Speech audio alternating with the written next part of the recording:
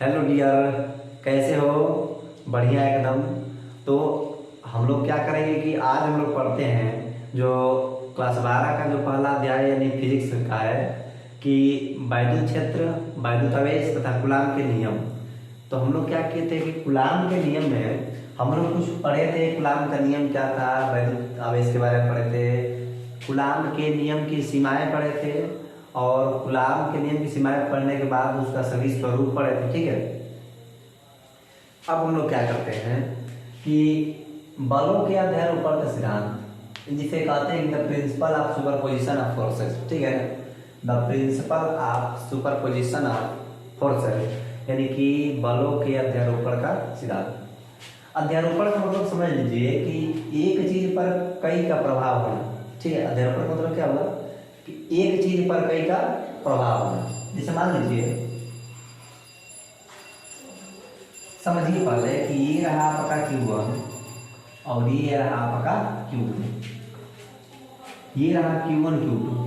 पहली बात, अगर ये दोनों प्लस प्लस हो गए, ठीक, तो ये इसको इधर करेगा करेगा दूर भेजेगा। अरे बात पड़े देखो, अभी क्या करेगा वो, तो जब ई इसको दूर भेज रहा है क्योंकि प्लस प्लस है, तो ये भी इसको दूर भेजेगा, कहेगा चलो अब तू भी जा। ठीक, इन दोनों के द्वारा बल लगा ना। तो अब हम कहते हैं कि भाई दो केवल था तब हम लोग बल लगाते थे। अब जब दो से अधिक हो जाए तब क्या करेंगे, ध्यान दिया जाए। अगर हम बात करते हैं कि तीन आवेश हो जाए, ये हो गया Q1, ये हो गया Q2, ये हो गया Q3। अब हम कहते हैं कि जो प्लस प्लस प्लस, मान लीजिए तीनों क्या है, प्लस प्लस है, तो कहेंगे कि Q3 पर जो है, Q3 पर कुल कितना बल होगा। ठीक, तो मान लीजिए कि ये जो Q1 है इस पर बल लगाएंगे इधर, तो इसको कहते हैं F जो लग रहा है किस पर हो, 3 पर, किसके द्वारा, 1 के द्वारा। बातें समझिए आप कि 3 पर लग रहा है किसके द्वारा, तो 1 के द्वारा लिख दी। ठीक, इधर लग रहा है। और जो Q2 के द्वारा लग रहा है Q3 पर, यानी Q3 पर लग रहा है और किसके द्वारा, 2 के द्वारा। जब इस पर दोनों पर लग रहा है, इसका मतलब कि हम लोग कह सकते हैं ना कि जो F3 पर जो नेट बल है वो कैसा है वो, तो F3 पर 1 के द्वारा प्लस F3 पर 2 के द्वारा। कोई दिक्कत, इतना कोई दिक्कत ना। अगर मान लीजिए यहीं पर Q4 हो जाए, इसके द्वारा भी लगेगा, तो यहाँ पर जोड़ लीजिए F3 पर 4 के द्वारा। अगर यहाँ पर Q10 हो जाए तो इसे जोड़ते जाइए, प्लस F3 पर लगेगा 10 के द्वारा लगेगा। और ऐसे ही अगर कोई पॉइंट यहाँ पर Qn हो जाए तो हम लोग क्या कहेंगे हो, तो n मतलब 3 पर लग रहा है किसके द्वारा, n के द्वारा। यानी बस जिस पर लग रहा है उसको छोड़कर हम लोग क्या करेंगे कि सभी बलों को आपस में जोड़ देंगे। ठीक, ये हो जाएगा आपका क्या चीज, बलों का अध्यारोपण। यानी इसको बढ़िया से हम लोग समझते हैं, ध्यान दीजिए, नोट किसे इसको करेंगे। तो यहां पर मान लीजिए कि Qn है, ठीक, और यहां पर Q1 है, Q2 है, Q3 है, Q4 है, Q5 है। इस पर एक बल लगा रहा है। ठीक है, इसको मानते हैं R1, R2, R3, R4, R3 है, R5 है। ठीक है, अब क्या होगा, जो Fn पर बल लगेगा किसके द्वारा पहले हो, 1 के द्वारा। ठीक, मान लीजिए Fn पर कुल बल,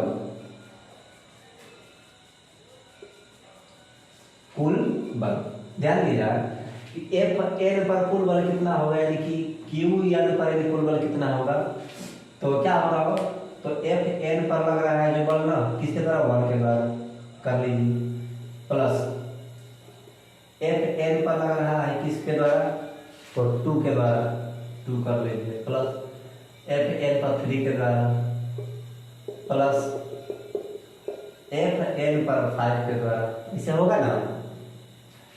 यानी कि एक ही चीज पर जब चारों दिशाओं से लगेगा तो सभी को क्या कर देंगे, हम जोड़ देंगे। ठीक, अब ध्यान दीजिए, यानी एफ और नेट हो जाएगा किस पर, आन एन। ठीक, यानी एन पर कुल कितना हो जाएगा, इसका फार्मूला क्या होगा, 1/4πε0, और क्या होगा, तो क्यू एन क्यू वन हो गया। अब बटे में क्या होगा, R1 के स्क्वायर, कोई दिक्कत भाई। अब इन दोनों के बीच जो बल लग रहा है एफ एन वन, ये जो लग रहा है ना एफ एन वन, तो Q1 के द्वारा लग रहा है Q2 क्यू एन पर, तो रख दिए कि Q1 Q2 बटे में R स्क्वायर रख दिए R पर। उसके बाद क्या किए, इसके लिए 1/4πε0। अब ये दोनों आवेश लेंगे तो Q1 और Q2 बटे में R2 का स्क्वायर, कोई दिक्कत, प्लस इसी तरह करते करते हम आगे बढ़ते हैं।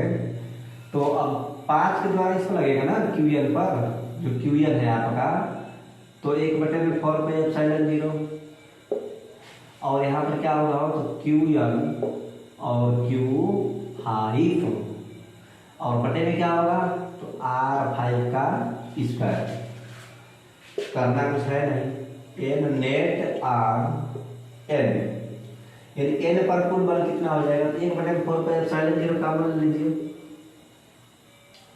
और उसके बाद क्या ले लीजिए, क्यू एन सभी में है ना, तो क्यू एन का मान ले लीजिए, और बचेगा क्या, तो Q1 बटे में R1 का स्क्वायर प्लस Q2 बटे में R2 का स्क्वायर, प्लस ऐसे करते करते जहां तक जाएंगे तो Q5 बटे में R5 का स्क्वायर, और यही आपका क्या होगा, अध्यारोपण का सिद्धांत हुआ।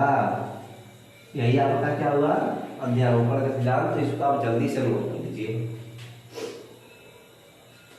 अब हम लोग देखते हैं कि आगे आता है आपका सतत आवेश वितरण। ठीक, सतत आवेश वितरण में क्या होता है कि सतत आवेश वितरण 3 प्रकार के होते हैं। जैसे एक बात याद कीजिए आप कि क्लास 9th में आप लोग पढ़े हो, ऊष्मीय प्रसार पढ़े थे, यानी ऊष्मा के कारण जो प्रसार होता था, प्रसार पढ़े थे।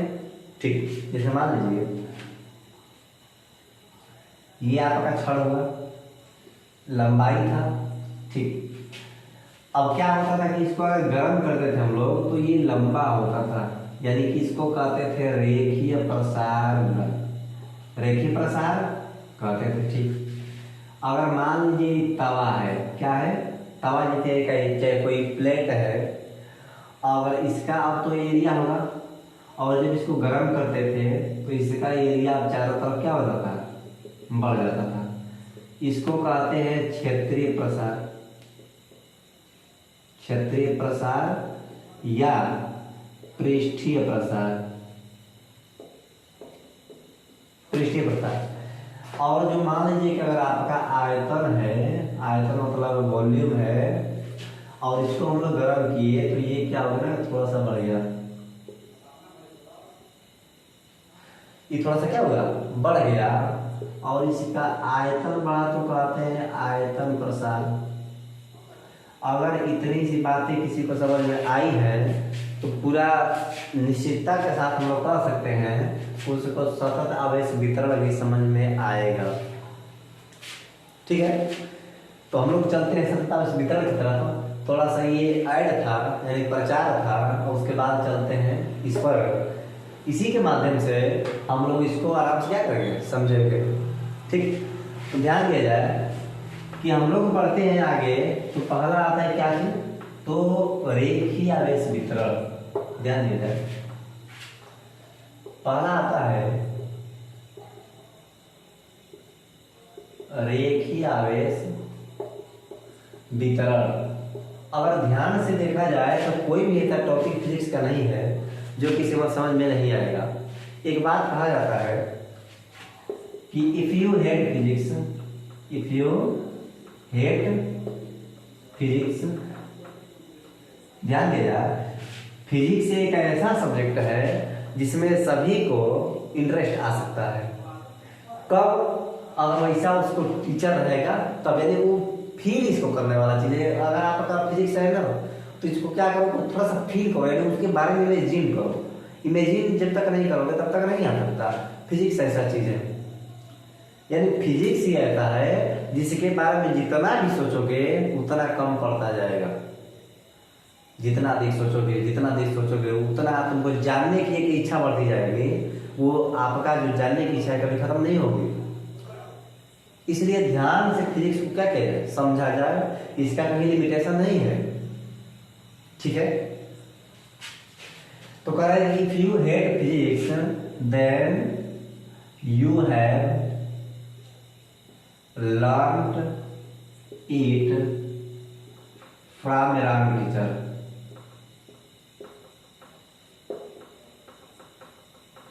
यदि आप एक फिजिक्स से नफरत करते हो, इसका मतलब कि आप इसे गलत टीचर से क्या कर लिए हो, पढ़ लिए हो, आप इसे गलत टीचर से सीख लिए हो। तो चलो उस सब बात को छोड़ते हैं हम लोग और आगे बढ़ते हैं सतत रेखीय आवेश वितरण। यानी कि सतत आवेश वितरण में पहला आता है रेखीय आवेश वितरण। थोड़ा सा हम लोग देखते हैं चित्र के माध्यम से। ये आपका हो गया, मान लीजिए कोई वायर, और इस पर हम क्या कर दिए कि प्लस आवेश ऐसे करके हम दे दिए। ठीक है, इस पर हम प्लस आवेश करके दे दिए। एक बात थोड़ा सा ध्यान दीजिएगा कि हम अगर यहां तक बात करते हैं, एकदम सूक्ष्म लंबाई इतना लेते हैं, तो प्रारंभिक लंबाई यहां से है और अंतिम लंबाई कहां तक है, अंतिम यहां पर।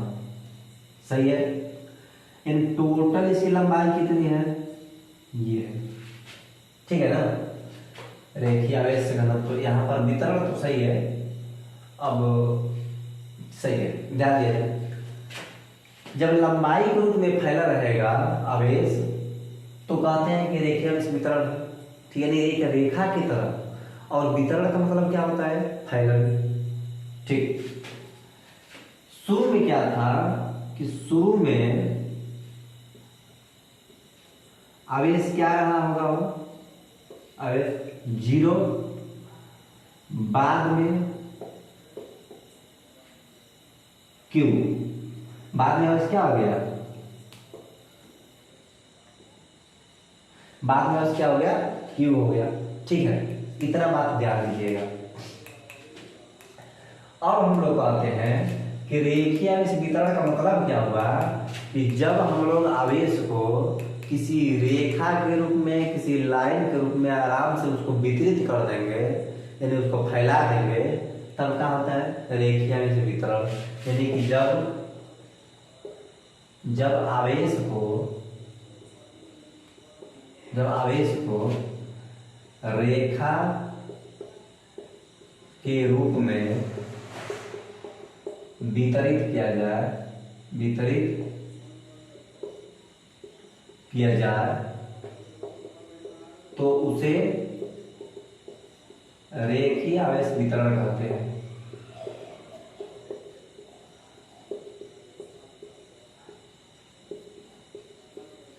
करके जब आवेश को रेखा के रूप में वितरित किया जाए तो क्या होता है, उसे रेखीय आवेश वितरण कहते हैं। यानी कि आप समझो, किसी भी रेखा के रूप में आवेश को क्या करते हैं, फैला दीजिए।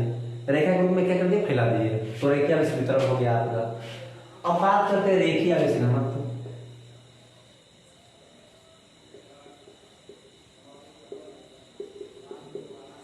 रेखीय आवेश घनत्व,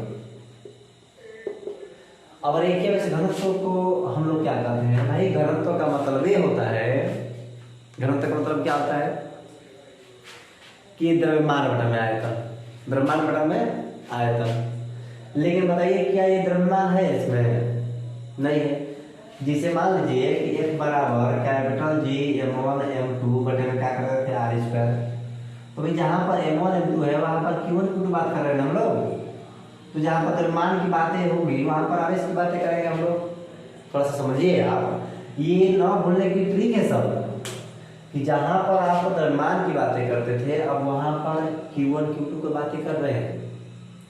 तो भाई घनत्व का मतलब होता है कि द्रव्यमान यानी आपका समझ लो Q और बटे में किस रूप में आए हो, तो लंबाई के रूप में। और इसको हम लोग दर्शाते हैं लेमडा से। किसे? लेमडा से।